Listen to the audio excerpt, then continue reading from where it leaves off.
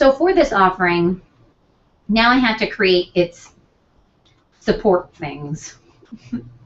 Once again, support things is a very technical term that I just made up just now. So how do we call them? Supporting materials, right? So there's supporting materials that are going to help me promote this offering. And the first one is the offering landing page. The offering landing page is going to help people weigh whether the offering is worth it or not. So this is where I'm selling my offering to the person who landed on the page. My offering sales pitch. So I need to make this offer irresistible. I need to have a clear value proposition. I need to explain to people that this is absolutely worth giving me your email address for. I don't even know why you would think twice about giving me your email address because it's so valuable. Like, I am going to solve so many problems for you with this offering that you should totally give me your contact information. I'm going to be specific about what I'm offering. I'm going to say things like how many pages are in my ebook. I will say, like, if it's an online quoter, I'm going to say how many steps are in it. If it's a workshop or a webinar, I'm going to say how long it is and what they'll come out of the workshop being able to accomplish. If it includes lunch or not. I'm going to use action language. Now, I can't actually identify all of the parts of the sentence, but I do know a verb when I see one. And we want to start a lot of this information with verbs. We like verbs because they're actionable. Like, get going, let's accomplish this. We will not have main navigation on this page. So this is going to be part of your website, but it's not going to have links to all the other pages across the top. It's going to be clean. It won't have those links. The only thing that I want this person to be able to do is click on the button to convert. Or maybe I'll give them another option, another second offer. So they're either going to click to convert, or I might give them a second offer, like another way out to keep them feeling calm, right? If it's a really low in the funnel offer. I will have a download form because they do not get my offering without paying me for it. And by paying, I mean sharing their contact information with me. And I will share a second offer if I need to in order to either move them further up or down the funnel. First, we are going to write our offering title up at the top. So my offering title is Free Ebook, Introduction to Business Blogging. And really the offering title is Introduction to Business Blogging, but I like to let them know that it's an ebook. From there, you may have an optional subtitle. If you do have an optional subtitle, generally we want to start with a verb, once again. So we're going to drive traffic to your website using a business blog. Then I'm going to follow that with my offering description. 81 pages explaining everything you need to know to get started with business blogging, to get more visitors and generate more business. Now, after you write your offering description, usually there's another subtitle, and it's really simple. It's like, this ebook includes.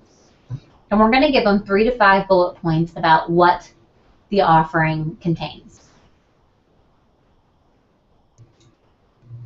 My offering contains the mystery behind how blogging generates web traffic, 8 innovative ways to promote your blog, 4 metrics for improving and measuring success, and 10 tips for blog post optimization. Now, I could have not shared these numbers.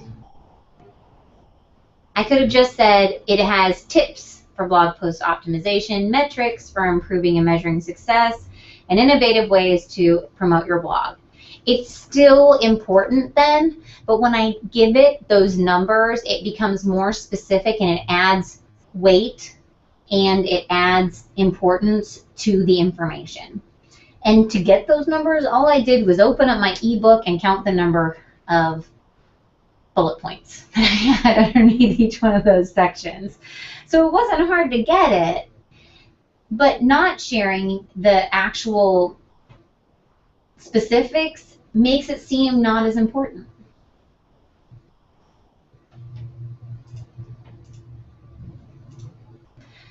our next step, title. So we need to have a title at the top of this form. Like, this is what you have to do this. Like, if you want to get this ebook, you have to do this. Download the ebook. Fill out this form. And then you have your form fields. You'll almost always gather first name, last name, and email address. Though, in some cases, you may not need to gather first name and last name. You'll just need the email address portion, but you have to have their email address. Otherwise, you won't be able to send them the book. Now, the next two fields are going to be different on your site than they will be on mine. And these are what I call qualifying fields. So I want to know, do you have a blog? If you have a blog, it's going to be a lot easier for me to help you generate leads with it because you're already driving traffic to your website. I'm talking about generating leads right now, right? Also note that earlier when we had that gigantic upside down triangle, that one of the first things that we needed was a website. So if you don't have a website, that's kind of a challenge. So I need to know that you don't have a website.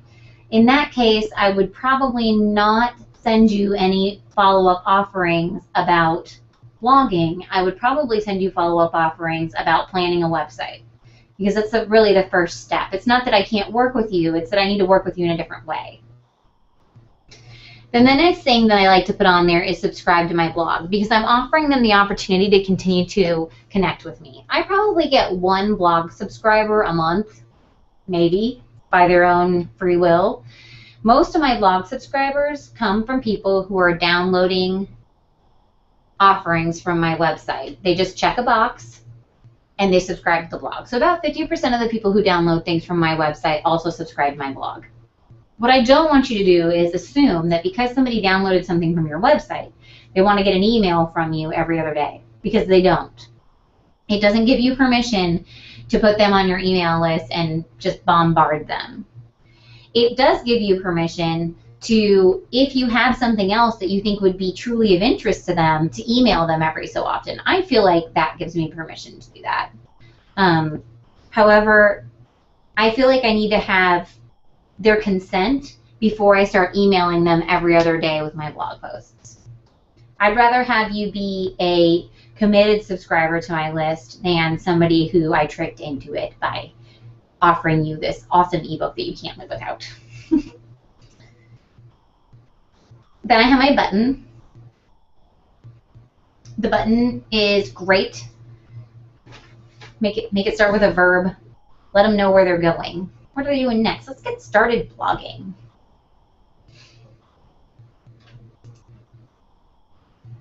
And sometimes you may have a secondary offer. So in this case, I'm going to offer something that's higher. It's a higher funnel offer because you are less likely to sign up for a workshop with me than you are to download something from my website. Because signing up for a workshop means you actually have to like show up and commit time and that kind of stuff. It's a higher funnel offer. However, if I am trying to promote this workshop and it's something that is directly related to the offering that I have here, it might make sense to do this. Now, if it were a different offering and it were like, we have a designer hiring guide offering. So to me, the designer hiring guide means you've already decided that you are going to work with a designer to build your website. You're not going to build it yourself. You're not just thinking about building a website. You're actually going to go out and interview people to build a website. So my secondary offering on that might be Plan a Winning Website. Because maybe you're not actually ready to go out and interview designers yet, and you get cold feet. I don't want you to abandon the shopping cart altogether. I want to sell you another product. And my other product is going to be the Plan a Winning Website ebook. Note that you're only going to ask people for between 5 and 7 pieces of information over here on your form because you don't want to ask them for too much. You just want to ask them for enough. Just ask them for what you need.